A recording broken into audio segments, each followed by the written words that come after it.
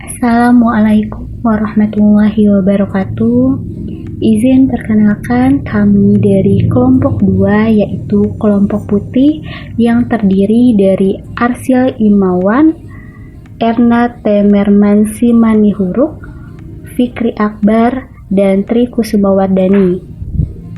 Kami akan membahas tentang isu-isu kontemporer. Apa itu isu-isu kontemporer? Isu-isu kontemporer adalah suatu pokok persoalan yang sedang terjadi atau menjadi trending topik pada saat ini. Jadi, solusi penyelesaiannya harus sesuai dengan masa sekarang, yaitu masa modern.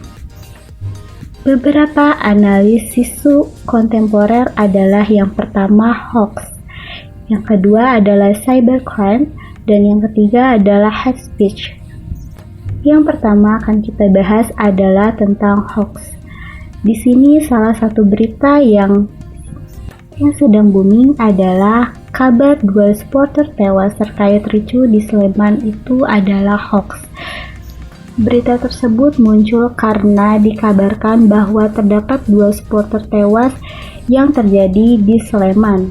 Selanjutnya adalah cybercrime. Di sini salah satu contohnya adalah pada kasus pembobolan data aplikasi di Peduli Lindungi dan keberadaan sertifikat vaksin ilegal. Diduga terjadinya pembocoran data yang ada pada aplikasi Peduli Lindungi dan terdapat sertifikat-sertifikat yang ilegal yang digunakan di masyarakat. Yang ketiga adalah hate speech. Di sini adalah kasus yang kita ambil. Roy Suryo jalani pemeriksaan tersangka kasus meme stupa Jokowi. Pada kasus tersebut terdapat meme stupa Jokowi pada Candi Borobudur.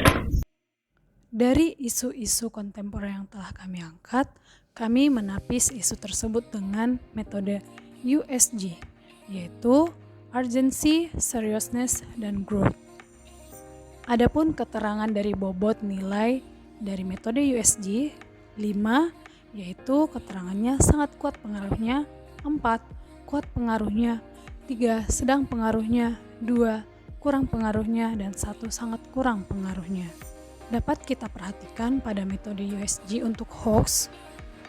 Untuk urgency mendapatkan nilai 4, untuk seriousness mendapatkan nilai 4, dan juga untuk growth mendapatkan nilai 5. Untuk isu yang kedua yaitu cybercrime, dengan metode USG memperoleh nilai urgency 4, seriousness 4, dan growth 4.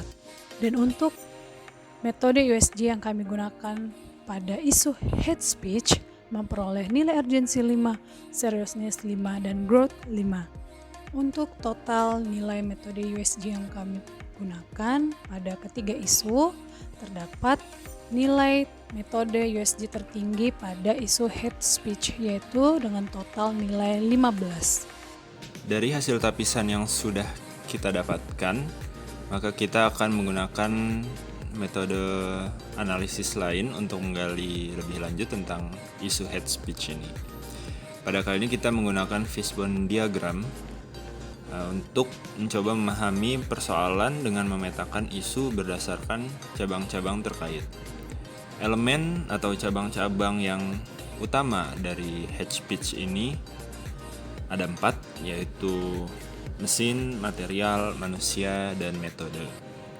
Untuk mesin, ini berkaitan dengan gadget, alat, dan alat elektronik.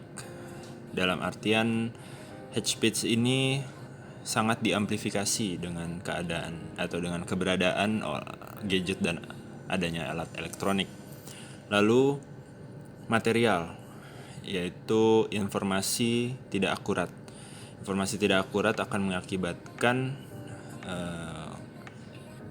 terbatasnya atau kurangnya informasi yang bisa didapatkan oleh pendengar atau penerima informasi sehingga tidak mempunyai pandangan yang utuh. Juga lingkungan mempengaruhi cara pandang atau paradigma dari si penerima informasi. Lalu ada elemen manusianya sendiri, yaitu tinggi atau rendahnya pendidikan akan berpengaruh terhadap bagaimana dia menerima informasi itu dan memprosesnya. Lalu juga degradasi moral, karena dengan turunnya moral maka akan lebih mudah seorang itu untuk melakukan hate speech. Lalu metode yang digunakan ini sebagai media yaitu ada media sosial dan media massa. Dampak isu dari hate speech dapat berupa: pertama, dapat mengakibatkan gangguan fisik dan mental.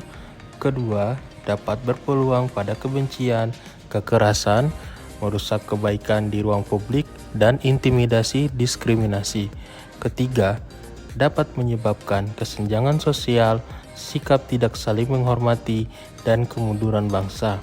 Keempat, dapat memicu terjadinya intoleransi antar agama, suku, ras, dan golongan. Strategi penyelesaian hate speech dari kelompok kami berupa: yang pertama, masyarakat perlu meningkatkan kesadaran akan keakuratan informasi yang diperoleh. Kedua, perlunya membuat penyuluhan masyarakat agar masyarakat teredukasi. Yang ketiga, memberikan edukasi dan wawasan di masyarakat. Keempat, tetap fokus terhadap hal-hal yang baik dan positif di lingkungan sekitar. Demikianlah hasil diskusi dan analisis isu-isu kontemporer yang telah kelompok kami susun. Semoga kami sebagai ASN dapat menyikapi isu-isu kontemporer tersebut dengan menerapkan nilai-nilai bela negara dalam kehidupan sehari-hari, terutama dalam menjalankan tugas dan tanggung jawab kami di instansi maupun di unit kami masing-masing. Terima kasih dan salam hormat.